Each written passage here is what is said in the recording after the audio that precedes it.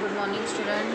Today we will do Hindi Swarnika book lesson 4 संज्ञा। संज्ञा क्या होता है? नाउन। नाउन जिससे हमें किसी भी स्पेशल प्लेस, पर्सन, थिंग के भाव का पता चले। कोई भी किसी स्पेशल पर्सन का नाम आ जाए, किसी स्पेशल प्लेस का नाम आ जाए, किसी बुक का नाम आ जाए, किसी रिवर का नाम आ जाए, किसी जगह का नाम आ जाए, वो सब किस में आते हैं? संज्ञा में। ठीक है, जैसे आपको दिया हुआ देखो इसमें बुक में, प्रियंका एक अच्छी लड़की है, वह दिल्ली में रहती है। एक दिन वह माँ, पिताजी और अपने भाई नितेश के साथ आगरा जा रही थी। प्लेटफॉर्म पर रेलगाड़ी आ गई, लोग जल्दी जल्दी उसमें चढ़ने लगे। घबराहट में प्रियंका माताजी के हाथ से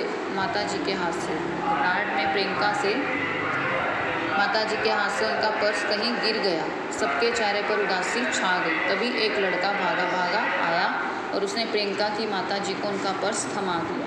उस लड़के की ईमानदारी से प्रियंका और उसके परिवार के सभी लोग प्रसन्न हुए।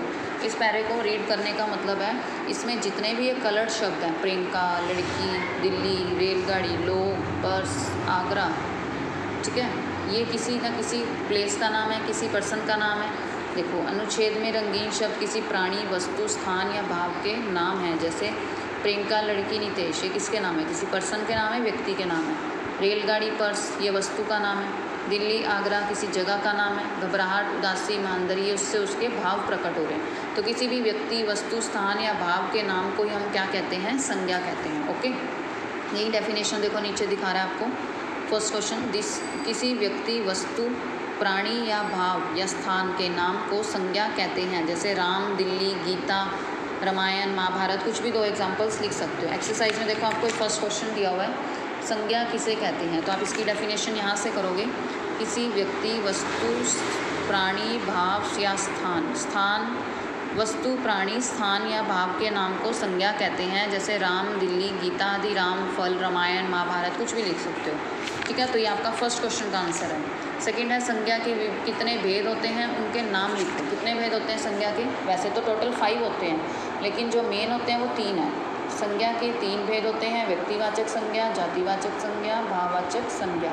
व्यक्तिवाचक संज्ञा में भी सेम होता है जो संज्ञा की डेफिनेशन में करते हो, बस उसमें किसी स्पेशल पर्सन, प्लेस को हम ले लेते हैं। किसी विशेष व्यक्ति, वस्तु या स्थान के नाम को व्यक्तिवाचक संज्ञा कहते हैं। जैसे स्पेशल महात्मा गांधी जो अब नहीं रहे, भगवान श्री कृष्ण, गौतम बुद्ध, गुरु नानक, ये हमारे सारे क्या हैं? स्पेशल पर्सन्स हैं। ठीक है, ये किस में आ जाएंगे? व्यक्तिवाचक में। और ये सारे पर्सन्स के नेम हैं। किसी स्पेशल बुक का नाम ले लो, जैसे गीता, रामायण, स्पेसिफिक है, मतलब ये स्पेशल है। सूर्य एक है पूरे वर्ड में, गुलाब, मतलब ये किस में आ जाएंगे? किसी वस्तु के नाम में। और किसी स्पेशल जगह का नाम ले लो आप, भारत, ताजमहल, इंडिया गेट, लाल किला। समझ आ रही है? ताजमहल कहाँ पर है? आगरा में है, दिल्ली में थोड़ी है, तो स्पेसिफिक जगह है ना कि ये वहीं पर ही है। ठीक है, लाल किला, इंडिया गेट, ऐसे ये सारे मतलब स्पेशल जगह के नाम आ गए। तो ये था आपका व्यक्तिवाचक संज्ञा। आप डेफिनेशन लिख के कोई भी एनी 2 एग्जाम्पल्स इसमें से लिख सकते हो। ओके, अब वो कहता है सेकंड क्वेश्चन है, देखो, जातिवाचक संज्ञा किसे कहते हैं? तीनों भेदों की एग्जाम्पल सहित बताने आपने। जिन शब्द से एक ही जैसे प्राणियों, वस्तुओं या स्थान का पता चले, मतलब एक ही जाति की अनेक वस्तुओं का बोध हो। मतलब उसकी जाति तो एक है लेकिन वस्तुएं क्या हैं? अनेक। अब जैसे मान लो स्त्री, तोता, हाथी। अब पूरे वर्ड में एक हाथी थोड़ी है, हाथी तो बहुत सारे हैं ना। मतलब वैसे जाति उसकी एक है लेकिन वस्तुएं अनेक है। तोता पूरे वर्ड में एक थोड़ी है, जाति एक है लेकिन वस्तुएं अनेक हैं। ऐसे देखो, पुस्तक, पेड़, फल, चश्मा, ये सारी चीज़ें, इनकी नाम तो इनका एक है लेकिन इनकी वस्तुएं जो है वो अनेक है। तो ये क्या होगा? जातिवाचक संज्ञा में। थर्ड है आपका, ऐसे देखो, जातिवाचक में गांव, शहर, बाजार, चिड़ियाघर। चिड़ियाघर अगर हम करनाल में कहीं जाएंगे चिड़ियाघर, तो चिड़ियाघर तो नाम तो चिड़ियाघर ही बोलेंगे। दिल्ली में जाएंगे उसको भी चिड़ियाघर बोलेंगे।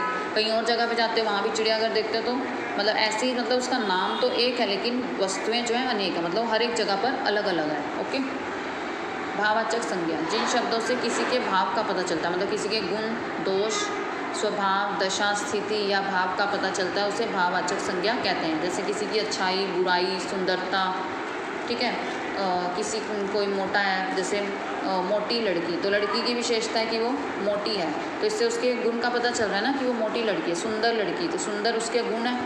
ऐसी कुरूपता, दया, बुढ़ापा, ऐसे सम और एग्जाम्पल्स कुछ हो रहे हैं। प्रेम, अच्छाई, ऊंचाई, बचपन, प्रसन्न, मोटापा, क्रोध, सेवा, ये सब क्या किस में आ जाएंगे आपके भाववाचक संज्ञा में। ओके, देखो उसने सेकंड क्वेश्चन में कहा था कि संज्ञा के कितने भेद हैं, उनके नाम।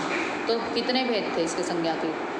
3 भेद हैं, ठीक है। 3 संज्ञा के 3 भेद होते हैं, व्यक्तिवाचक, जातिवाचक, भाववाचक, उनके नाम। लेकिन देखो संज्ञा के 2 अन्य भेद भी होते हैं, तो आप इसको भी लिखोगे साथ में, समूहवाचक संज्ञा और द्रव्यवाचक। मतलब टोटल इसके 5 भेद होते हैं संज्ञा के, 5 भेद होते हैं।